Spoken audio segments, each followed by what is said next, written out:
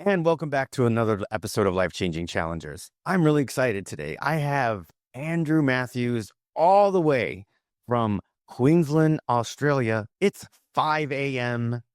the next day. So we are talking to the future, ladies and gentlemen.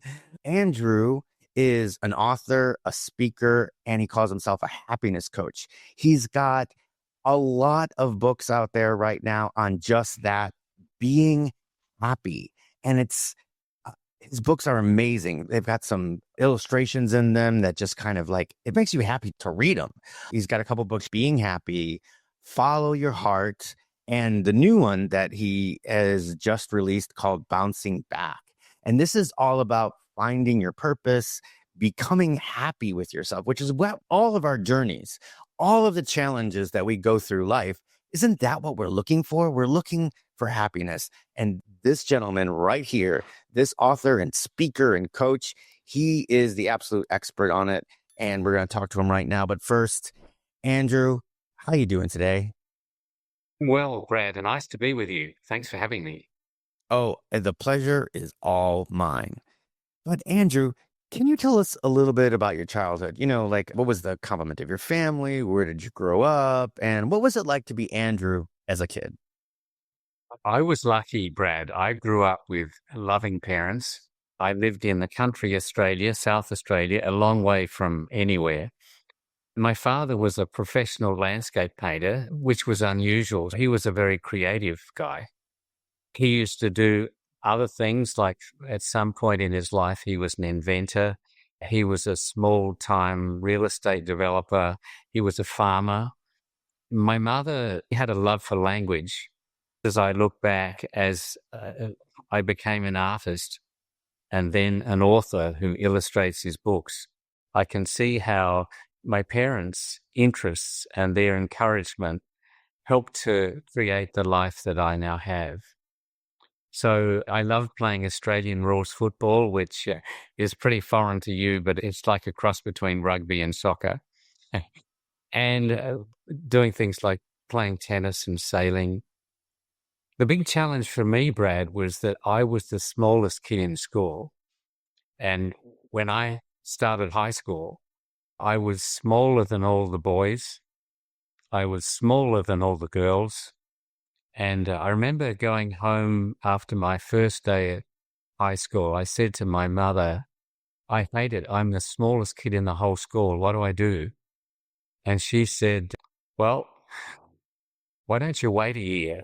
Because in a year's time, there's going to be 100 more students come to school, and there's no way that you're going to be the smallest kid then. I waited a year, couldn't wait for second year high school, and there was 100 new kids, and they were all bigger than me. So I went home and I said to my mum, I hate it. It's not fair. They make fun of me. I mean, I used to get locked in cupboards. They'd throw me over, the kids would throw me over the school fence. One guy, Tony Ferguson, used to hold me upside down and drop me into puddles. I said to my mother, what do I do? I'm still the smallest kid in school. And she said, wait another year. And there's no way when you're in third year high school, you're going to be the smallest kid. Yeah. So third year high school came and I was still the smallest kid in school. And all you want to do is like be big and, manly. And I'm like 15 and I'm the size of a 10-year-old. And so my poor mother, what could she say? She said, well, here's how it is. In life, you change what you can change and you accept what you can't change. And I didn't take that fully on board, but I remember that as being, okay, so that seems to be some kind of recipe for happiness. And, eventually I grew to be an average-sized human being, but that was an enormous thing for me as a kid. Having finished high school, I first thought I was going to be a lawyer because apparently being a little kid, I had a big mouth and people thought, well, that's what lawyers do.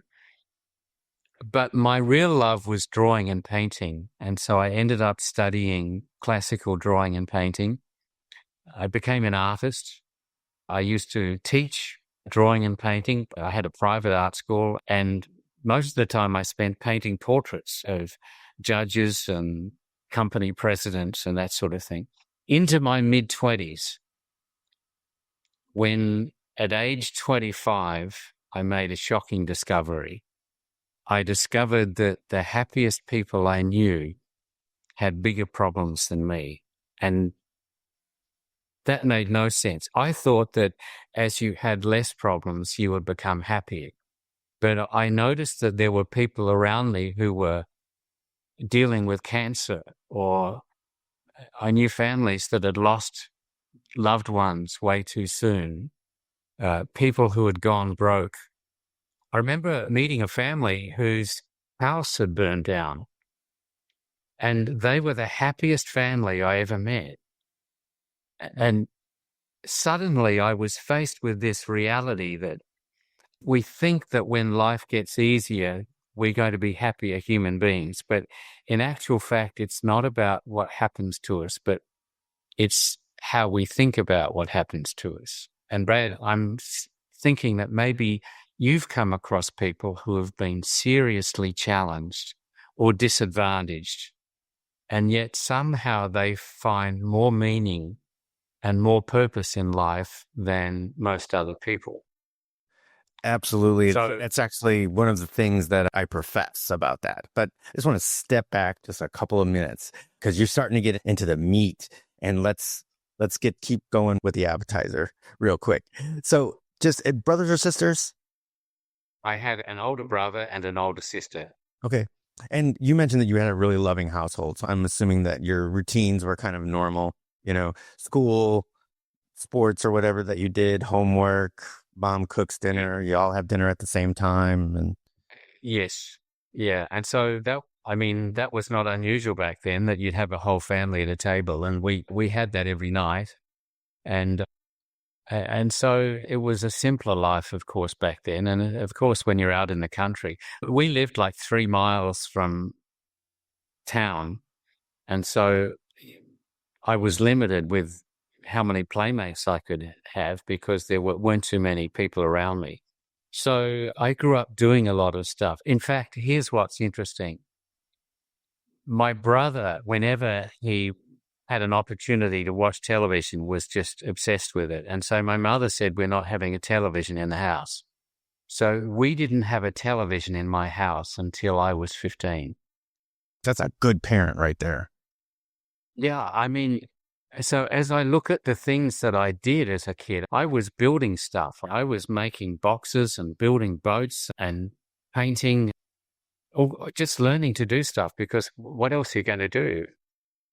Yeah. When I was a kid with your brother, I was addicted to television. So my parents were limited, absolutely limited. But I still had people that were in our neighborhood to play with and stuff, and riding bikes a whole bit. But I will be somewhat in the same camp as you, is that I was small and skinny.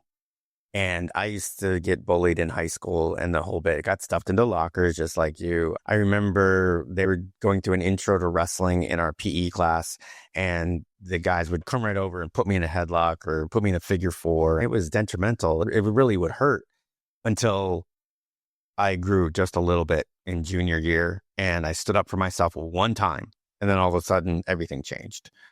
Can I say that I was happy, like overwhelmingly happy? At home, I had a nuclear family. I was the only child. At home, I was pretty happy. I mean, except for the fact that I disappointed my parents a lot because I wasn't the greatest kid in the world, but it seemed to turn out all right. So that was good. But it's it's interesting to go back and think about the simple life, and now where technology's kind of started to rule the world. And yet we now have more people unhappy than it seemed like we did when technology didn't rule our lives. And here I am now going into the meat of this whole thing. So it's something that I was interested to talk to you about. So we get some comparatives between the two of us about the way that we grew up. I, again, was just like you, simple. Dinner was on the table, help clear the table. Mom would clean. She'd shuffle me off to whatever events or friends' houses I had and a whole bit. I'm super excited to hear more about your art and how that took over when you found it. What was your first set of pencils? Did you just start drawing somewhere? Because I noticed a lot of people, even friends of mine growing up, that, none of them had any drawing classes or anything. All of a sudden, you could look at it and they were like, wow, these guys are artists. And obviously, as their skills developed and they did get instruction, it just got better and better. But so when did you first put pencil to paper and realize that you could draw? Oh, I was like 4 or 5. And so, Really? yes. And everyone gets labeled like the class artist, or, most, when I say everyone, people who love to draw and draw a lot. And so I had that label. And my father was he painted landscapes of the Australian outback, of the Murray River and the mountains. And he was successful in that he raised a family. We were a middle-class family who had everything we needed. And he was quite an adventurous guy, and he would go off painting, and he would sell his work when he was traveling, and also sell his work in galleries around Australia. So for me, it was just a natural thing. Like, the kids grow up in families that are musical, and there's always conversation about music. In my home, there was always conversation about drawing and painting and great paintings. My dad even used to get a magazine from America, American Artist, which had some of the very best artists in America featured every month. As a kid, I would copy those paintings and read the articles. Early on, my thought was I should become a lawyer and art will be my hobby. When I began law school and I didn't like it, I thought, well, I'm going to do what I really love. You know what? You and I do have another comparison there. Exactly. When I moved to DC from Korea for military sake, I got assigned to the Pentagon. But prior to that, when I was in high school, one thing that I did was I loved doing theater. I loved acting, either in studio shows or musicals or anything like that. But I never thought of it as as it was a long time thing, just like you. So I'd been away from it for a while, and a friend of mine brought me to a stage show, and I saw it and I went, oh my God, I missed this so much. So I started to do some stage shows. But on the other side of it, here I am, I'm in DC. So I've got like 5 law schools around me, right? I've got Georgetown, George Washington, George Mason, American University, Columbia College of Law. I mean, they're just all over the place. And I thought the same thing that you did. I was like, oh, you know what? I'm going to get out of the military and I'm going to become a lawyer and I'm going to be able to change the world. But on the other hand, here I was starting to be back in shows and on stage. So the letter comes from Georgetown and I'm thinking, oh, I'm going to be a lawyer now. But I'm in this show and I'm like, I loved theater too much. So I went the other way that I was already going. I was already into IT and, computers and stuff like that. So I just went that route and never looked back. I gave up law school so I can remain in theater. You gave up law school so you can continue to do your art. So yeah, kudos. We got a little comparative. We got a little cross. Fascinating parallels, Brad. Yeah. But that's fantastic. And it's like some of the drawings I've seen in your books, they're fantastic and they're lively. And even though a lot of them are black and white, or at least what I saw was in black and white. So now let's move from that appetizer and let's go into the meat. Let's go back to the meat. So you were talking about that you had started meeting people that even though they had challenges, they were still happy. What was the common denominator that you found? Gratitude. I'd never really thought about being consciously grateful, but what I noticed was that happy people ask themselves on a daily basis, what's good about my life? What's good about my family? What's good about living here? What do I love about my job? And we find in life what we look for. So that's the common denominator. I've got a cartoon in one of my books and there's 2 panels. The first panel is the guy with 1 slice of cake and he's deliriously happy and he's eating his 1 slice of cake. And the caption is, happy people focus on what they have. And in the second panel, there's a very unhappy looking guy with an entire huge cake minus 1 slice. And the caption to that panel is, unhappy people focus on what's missing. And we've all come across people who have a lot and they're miserable. And many of us have been to countries where most people have almost nothing, and yet they're a lot happier than the people who live around us. So that was the common denominator. But there's another part of it, and that is, Brad, that happiness is very much a decision that we make. There was a day in my life when I actually took inventory of how I was doing. Romance, pathetic. Money in the bank, not very good. Am I happy in my day-to-day career? Even though I was drawing and painting and doing what I loved, I decided I'm going to see my life differently, and I'm going to behave differently, and I'm going to be more appreciative of what I have, and I'm going to be more courageous. I'm going to be a different person from today.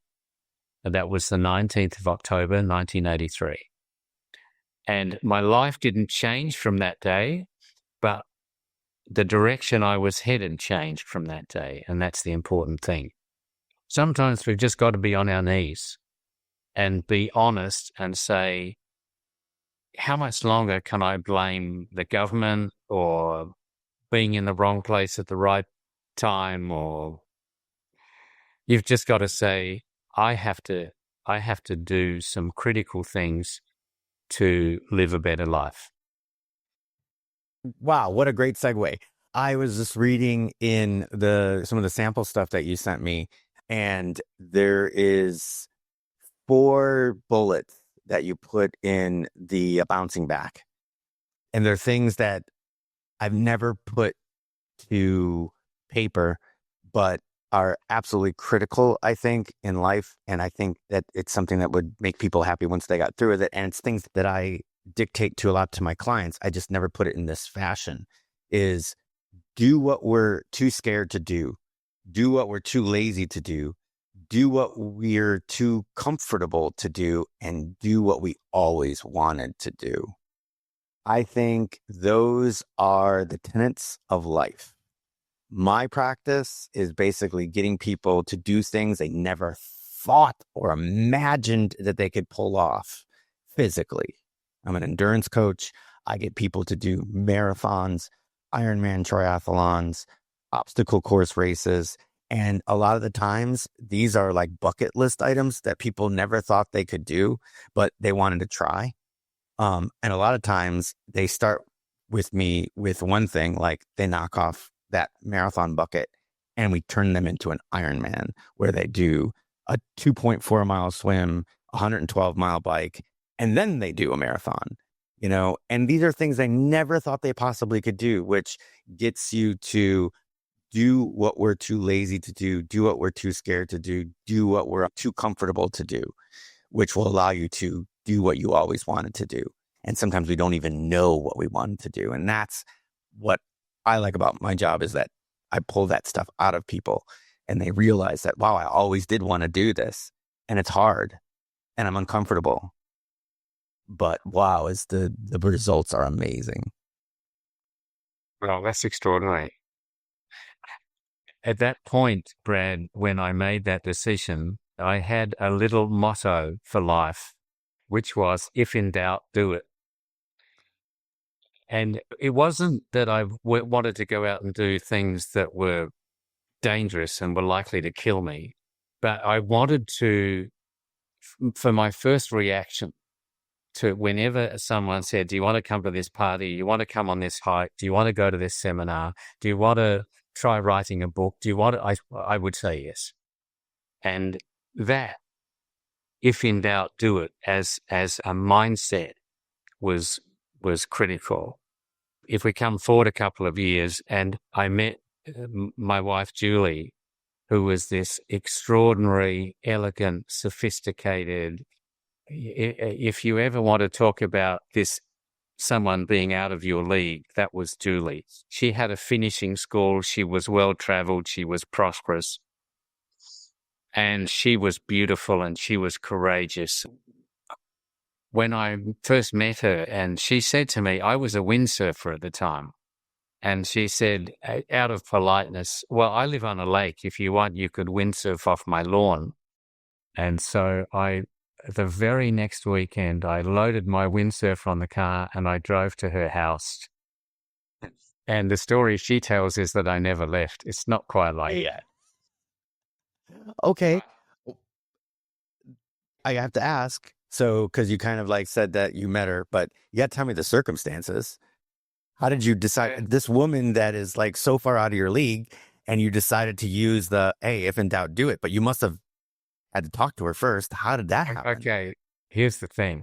Even before I was writing books, I was running weekend seminars on relaxation and goal setting and memory improvement, a whole variety of things that I would cover in these weekend seminars. Amongst the things that I covered was how to sleep better without drugs through a practical form of meditation, a very simple kind of meditation that I would teach. And she was having trouble sleeping. She came to hear my introductory, often if you do a seminar, you do an introductory evening. You come and hear amazing Andrew Matthews. He's talking about breakthroughs in how you can sleep better and remember better. And so I saw this apparition walk into the room, and like the most beautiful person I'd ever seen, and so confident and well-groomed. She came to hear me speak. And I guess she was impressed enough that she did my weekend seminar. And it was at the end of the seminar, when everyone who did my program went out to dinner, that we got chatting. And it was then that she said, I live on a lake and you could windsurf off my lawn. But I know that it was just, some sort of polite thing. To this day, Brad, she says that it's not true. She says, I asked her to marry me 6 times, but it's not actually true, because I think it was only 5. But yeah, so this idea, and you expressed it in the same way. If in doubt, do it. Do what you're too scared to do. Do what you're too lazy to do. It's a big deal. I think it's huge. And like I said, you put it into words what I always was thinking about. There's all the old cliches now, be comfortable being uncomfortable. But I think the simpler aspect of it is these 4 tenets. And I think it's something to live by. And that's going to be my new mantra. And I'm going to move people into that realm as well to think about it. And then, the other thing about it, and you had mentioned it just rarely, but is the idea of accepting the things you cannot change. And even though it seems to be relative to the recovery right now, is the serenity prayer. And I think the serenity prayer is by far, it's something to live by for everybody. I don't think it's just recovering addicts. Please, God, allow me the strength to change the things that I can change, accept the things that I cannot change, and give me the wisdom to know the difference. It's not exactly in that order, but that's basically what it is. And I think that's something else that you seem to have automatically built in after you went through your 4 years of trying to be bigger than everybody else. Yeah, this whole thing of acceptance, Brad, whenever life knocks us down or people let us down, it's natural that we're going to be upset and irritated and maybe angry. And saying things like, this shouldn't have happened, or it's not fair. Maybe we lose a job, or a relationship comes to an end, or we break our leg and this should never have happened. And it's like we have this idea that if I don't accept it, I won't be stuck with it. But the reverse is actually true. It's only when you accept the stuff that you don't like and say, I wouldn't have chosen this, but I'm in it. Now I move on. What do I do now? Some people never get to that point, that they see that actually acceptance is power. I agree wholeheartedly. So 1983, you decided at this point that you're going to say yes to things. And there's some challenges out there. They're like, hey, for the next week, 2 weeks, whatever, say yes to everything. You're not allowed to say no. And you put that through your, obviously there's things, you're going to say no to shooting somebody or, doing something that's evil, but anything that you normally wouldn't do, you would just say yes to, and you give yourself 2 weeks and say, no matter what, I'm saying yes. Right. And I think that's pretty powerful. And it sounded like in 1983, when you made that decision, that that's when things, that's when things started for you. You learned meditation and started teaching it. You started windsurfing and you were a windsurfer. And so this stuff is like just coming out of nowhere. You're teaching people how to do goals. You're teaching people how to do memory stuff. So you had to learn all this stuff. So in 1983, so what was the first thing that you said yes to? And then let's talk about how you came up with all these other skills. Okay, so this is key, Brad. The moment that you commit to something, then the universe begins to support you. When you say with all your heart, I'm going to be a happier person no matter what, or I'm going to be fitter no matter what, or I'm going to lose these kilos, and you're absolutely committed, I will do this, then the universe moves to support you. So what happened was that the 19th of October, 1983, I made this decision. 2 days later, I turned on the radio to a show that I never listened to, and I heard about a course that was available to teach people how to improve their memory, how to sleep better, how to function better, the importance of setting goals, how to set them and achieve them. And it wasn't even in my town. It was in Melbourne, which was 700 kilometers away, 400 miles. And I didn't even have much more than, I didn't even have the spare $1,000 to actually fly there and do the course. But I remembered my new logo mantra that I set up 2 days before: if in doubt, do it. So I went and did it, and it changed my whole perspective. I learned about the subconscious and how important that is. And I saw this course changing the lives of so many people in the course. And then I thought, I want to learn to teach this. So maybe you've heard of a course that used to be available called the Silver Mind Control course. It rings a bell. It was big probably in the 70s. Mm-hmm. So it taught principles like that, how you think about something or you become what you think about. And it talked about our subconscious and so many important things that I never had even given any thought to.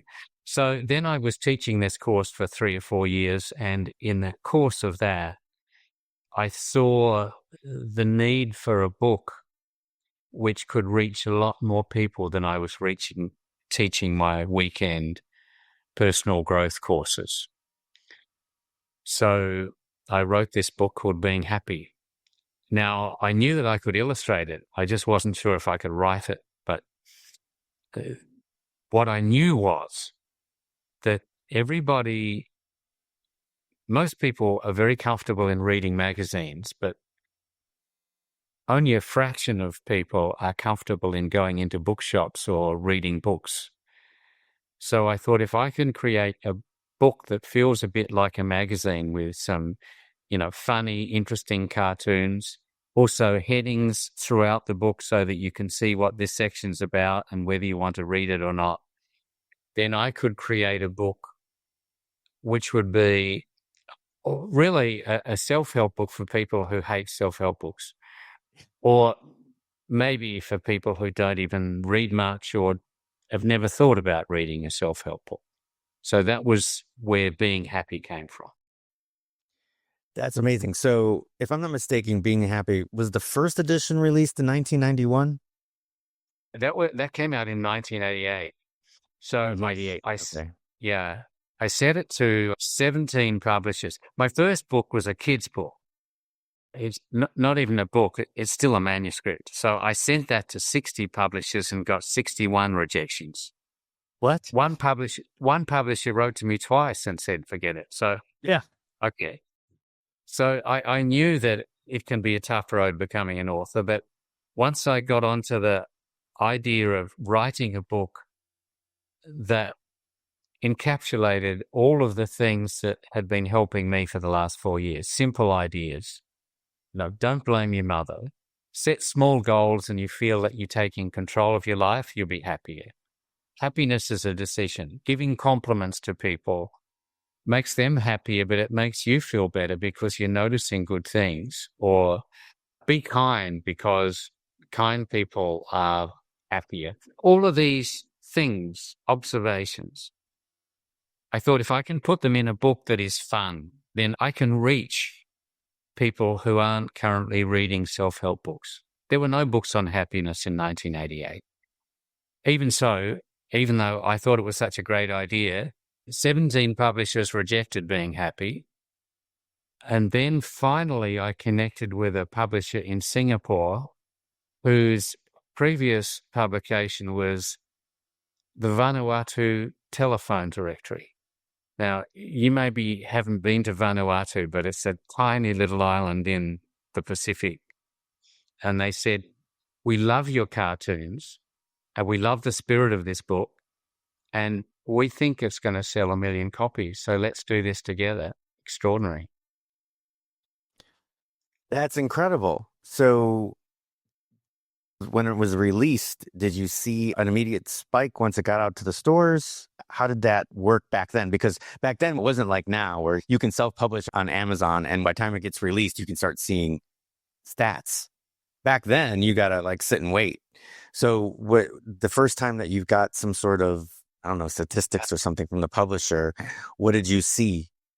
Okay, so Brad, one of my themes is if you see any opportunity, you grab it and you grab it by the throat and you do it for all you're worth. So there was a book fair coming up in Singapore, which was like just a big fair for the public where they can come and walk through this huge convention center and see, or as it turned out, 144,000 different titles on display. And so I went to the book fair. We had a little stall set up by my publisher. And I started drawing cartoons on an easel. And so people would gather around to watch me draw the cartoons, and then I would give them away. If I gave someone a cartoon, they'd think, well, maybe I should buy a book.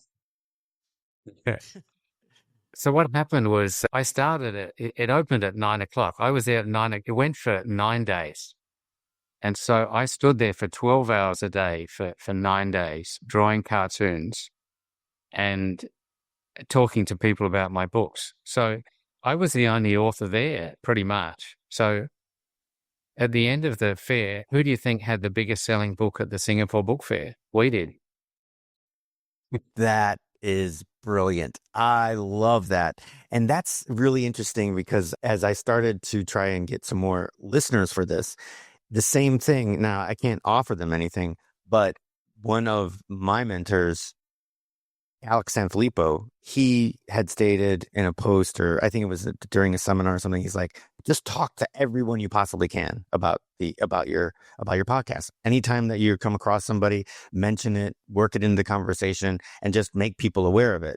And I started doing that, and then the same thing started to happen. All of a sudden, roles started coming in because obviously one person listens and they say, oh, this is pretty cool. And they show it to somebody else and it just, you get referrals that way. So that was the only thing that I could do. But it's kind of the same premise. You were able to sit in front of, you had 9 days worth of people in this giant book fair and you were able to give them something of value for free, and which they felt like, hey, if these cartoons are as good as they are, the book's got to be pretty good too. Let's pick up the book. I think brilliant, absolutely brilliant. And the interesting thing is that's when everything was analog, right? Yes. So did it go into stores after that? We were in stores. In fact, we started to sell huge numbers in the stores. And within a few months, Being Happy was the biggest selling book in Singapore. Then I started getting invited into high schools. I started speaking to the police, and then companies like Hewlett Packard would invite me. And I was going into hospitals. I would speak in prisons.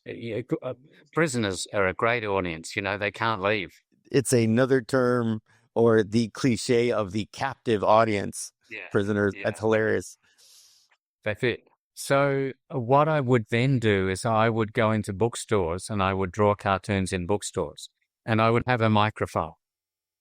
And I had a spiel. You may have just wandered into the bookstore and you're wondering what I'm doing here drawing cartoons. My name's Andrew Matthews. I'm an author from Australia, and I've been invited here to share some of my ideas and to talk a little bit about my new book, Being Happy. And I would draw cartoons. Now, here's the thing, Brad. If you're an unknown author, which I was, you've got a real problem, because if you go into a bookstore, doing a book signing in a bookstore, nobody wants to talk to you, because if they come up and talk to you and they look at your book and they don't like it, it's really embarrassing. What are they going to do? Put it down and walk away? So they just avoid you. So my technique was that I would have an easel and I would just draw cartoons. I had the books behind me on a table. I would just talk to the people and draw cartoons. And usually what happened was that when somebody came up and said, "Can you sign a book for me?"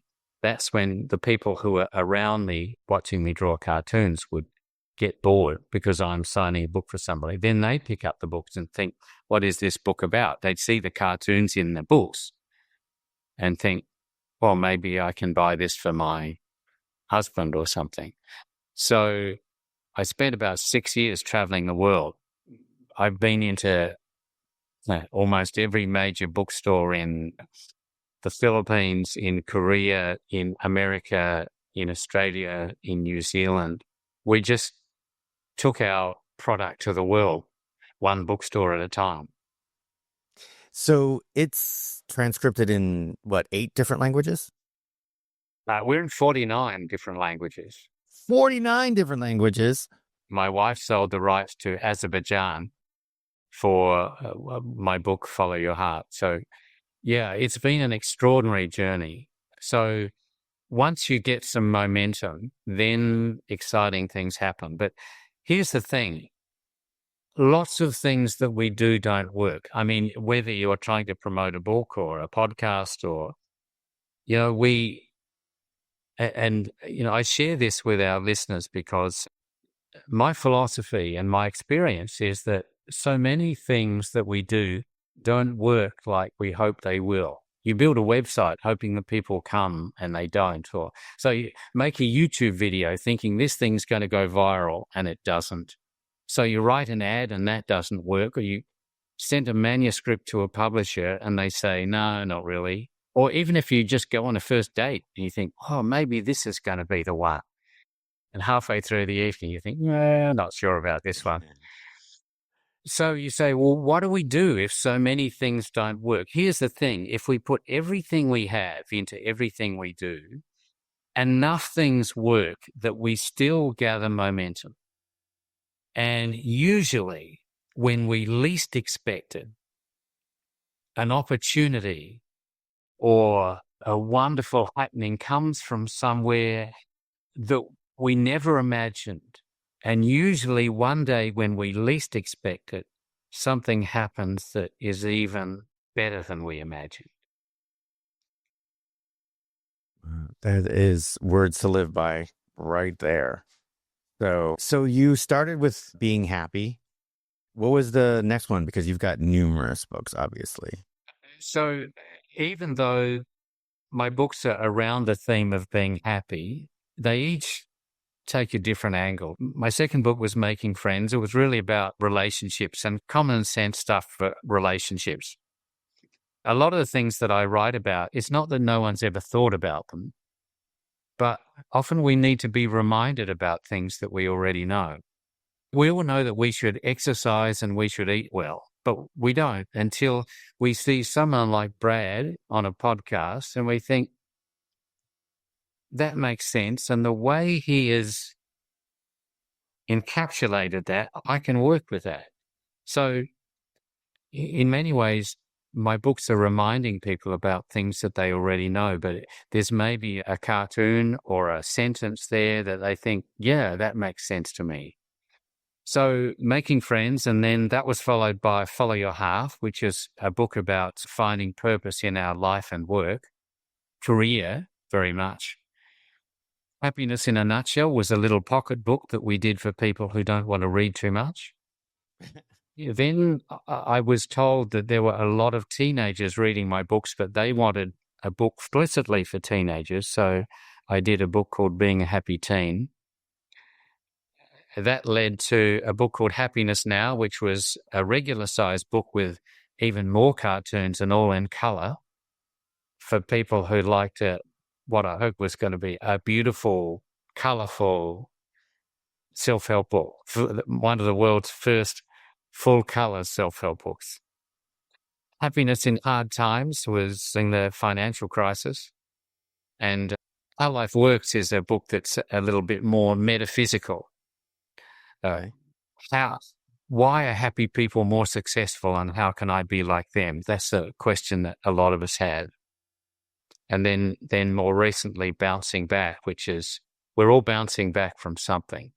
So what I've sought to do is hone in on a particular angle for people who've maybe want to dive a bit deeper. No, I'm truly excited about actually getting to more of them. So, with everything that you've gone through, somebody may be listening to this, or maybe they've maybe just barely just happened to see your cover or anything like that, and they realize that, hey, you know what? I'm not happy, and something's got to change. What would be, if they were to come to you as a coach, what would be the first step, the very first step? It would be to recognize that happiness is a daily decision. Sometimes we need to be on our knees, but basically it's a decision we make. We've all seen a toddler playing on the furniture and he falls on his head. And the first thing he does is he looks around to see who's watching. And based on the audience, he decides whether he's going to laugh or cry. And we think that's really cute, but we may not make the connection that we're exactly the same, and we're out there on the freeway and someone cuts across in front of us, and there's a split second where we make a decision. Am I going to get angry about this, or am I going to say to myself, maybe this guy's just having a tough day? We're making a decision moment by moment. And so the first thing is to say, just today, I don't need to make my whole life work. I'll just make today work, and I will give other people the benefit of the doubt. I will choose to look for good things, and just today. And if I've got a whole lot of stuff to deal with, a whole lot of challenges, then I'll just fix what I can today. It's a little bit like if you're climbing a mountain, and life can be a bit like climbing a mountain. You're climbing a mountain and you get stuck on a ledge. Suddenly, all of your focus goes into that ledge and getting yourself safely off that ledge. And you're not thinking about everything you have to do in the next month. You're not thinking about all the bills you're going to need to pay in the next year. You're just focused on that bit. And the more that we can, you know this because you're an endurance coach, if you just focus on, let me deal with today, sometimes it's just the next few minutes. That is crucial. Interesting that you mentioned that, because so when I started coaching, I would teach stuff that seemed to help me. So a lot of times you go on these long runs, long fitness runs. And when I first used to talk about it, I used to be like, all right, throw in some headphones and I think about anything but running. Just go ahead and think about, you got problems to solve, do it on the run. And I used to say to myself, I'm like, listen, running is meditation for me because I actually don't think about anything. I don't think about running. I think about everything but, and I just let my legs do what they're going to do. And then I saw this TED Talk and I started going the other direction. So now when I run, I literally think every step. I'm like in the moment thinking about every step, which is kind of what you were just talking about, is not thinking about everything else, but just thinking about what you're doing in that current moment and stay in that moment. For as much as I claimed that having headphones on and running and thinking about anything but running and your time will go by faster, yes, that's absolutely true.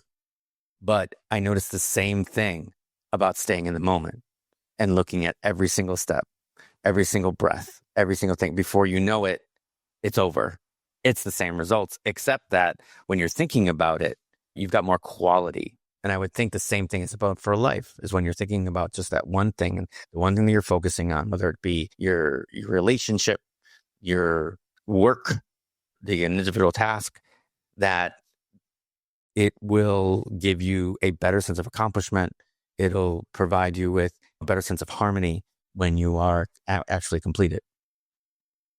Yeah, I'm so glad you shared that with me because I'm going to try it because running has always been a struggle for me. I can play tennis for 3 hours and I'm deliriously happy, but when I haven't got a ball to chase, I've always struggled. So I've never focused to that extent on my running. So let me do that. But what you mentioned brings up a thought, and that is that so often, especially if we're having a difficult week, we think, well, I'm not happy now, and maybe it's only Tuesday, but on Friday I've got this hot date, so I'm going to be happy on Friday, and so we kind of make it through the week. Friday evening comes, and we hop in our car, we pull out into the traffic, and we're in a traffic jam. So we say, well, bloody traffic jam. I'll be happy when I get to the restaurant. And we get to the restaurant. Now we're running late and there's this whole lineup of customers. So we're not happy yet. I'll be happy when I get a table. And eventually we get a table, but our date hasn't arrived yet. I'll be happy because she's in traffic. I'll be happy when she arrives. And the waiters are running around furiously. I'll be happy when I get to place my order. And then we place our order and I'll be happy when the meal comes, and we take a photo and we put it on Instagram. I'll be happy when somebody likes my chicken parmigiana. And we think that I'm going to be happy in the next moment, and we will never be happy in the next moment because when the next moment comes, we're going to be thinking about the moment after that. So you're always anticipating happiness, but never actually being happy. Yeah, so we've got to bring ourselves back to the moment. I mean, goals are a great thing to have in the background, if you like, but while we're pursuing those goals, we've got to enjoy the process. That is an interesting concept. So for money and being an endurance coach, I coach high school cross country and I coach high school track, but it's really all those are like side hustles. I have my real job is I'm a project program manager. Most of the time it's in the family of IT. So we basically have this project, which you would call a goal. There's objectives to the project, and then there's tasks that have to be done, which is how I take my coaching. I do the same thing with coaching. You got a certain goal. We have to break it down into steps and going that way. Now the whole idea is I'm thinking about what you're saying and then the things that we've talked about. I'm like, okay, so instead of thinking that when I finish up my training plan, I get to the race and I finish the race, I'm going to be happy. No, we should be thinking about, oh my God. So I coach triathletes, the idea of I get a chance, like I get up at the chance in the morning, I get a chance to be on my bike. I get to feel the wind through my hair. I get to challenge my body and then be grateful for it that I get a chance to do this. So yes, you get to cross off a task off your list. You get to cross off a workout, but within it, we can be happy because as you stated, the choice of being happy in every given moment. And now we can talk about, okay, instead of thinking about the anticipatory happiness is to be happiness is right there in that moment, in that task, in that, and finding those things that make you happy. Like, even in my job, I'm happy communicating with people of like minds. And my job a lot of time is making something out of nothing, kind of like what you do. You have a piece of paper and a pencil and you make this glorious artwork. And it really is something that came from your brain. It's something from nothing. And what we do is we create, in my job, I create applications and websites and I secure certain environments. I build athletes out of people out of pure want. I want to do this. Okay, well, let me help you. We're going to turn that want into fruition. But my new thing now is just talking to you is now I'm like, all right, well, be happy in the process and every single process, not just the idea that because you're doing it, you're happy. It's the individual piece. Like I said, you're on your bike, you feel the wind through your hair, you're running, you feel like, hey, I'm doing this under my own power. There's a lot of people that can't do it under their own power. And again, it's the wind, it's the sounds of things going on around you. It's the, either the sweat dripping down your body, feeling that sense of accomplishment. That's all happiness right there. And Yeah. that's an epiphany that you just gave me. So thank you. Well, yeah. Yeah. So, so Andrew, wow, I am like completely happy right now in this conversation. Some of the epiphanies that you gave out. So, listen, everybody. First of all, Andrew Matthews, he has a website, andrewmatthews.com. He looks like he's on every single social networking: Facebook, YouTube, Instagram, LinkedIn, TikTok. What would you say, Andrew, is the one that you're most active on? I usually post to all, but probably YouTube is a good place to find me because it's a little bit more controllable. So I've created maybe a few hundred videos that I've posted over the last few years. Usually they're maybe a minute or two, and focus on something around happiness or enjoying work or relationships, things like that.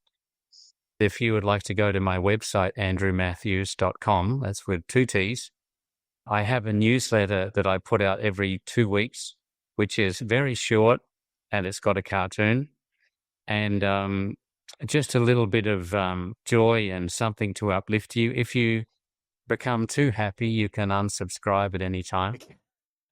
So that's my newsletter, and all of my books are on Amazon. The easiest place for wherever you are in the world on Amazon. They are in hard copy, they're in ebook, and Follow Your Heart and Bouncing Back are both on Audible as well. If you enjoy your books with an Australian accent, then you can find those there too. Did you do the narration? I did. Great. Oh, and you can listen to him. Listen to him. Guy's got a very like great timbre to his voice and very happy. I would listen to it in a heartbeat. But if you only get it on audio, you're gonna miss out on the cartoons. Just so you That's right. know. So you know. So what I'm gonna do is, because of all these, I'm definitely we're gonna make sure that we have the latest one. I have an automatic link to the latest one. We'll have a link to all of his social media, including his YouTube channel, which is Andrew Matthews Author is his handle on YouTube. And we'll have that linked.